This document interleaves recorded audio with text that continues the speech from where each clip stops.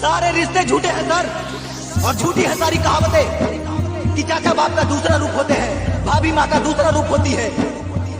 बस एक बार आपका बुरा बताने की देर है, बस एक बार आपके माँ बाप की जाने की देर है। ये जितने आपको अपना कहने वाले लोग हैं ना, ये आपके आसपास भी नजर नहीं आएंगे। आगे सच्चाई क्या है इस गाने के माध्यम से जानते हैं।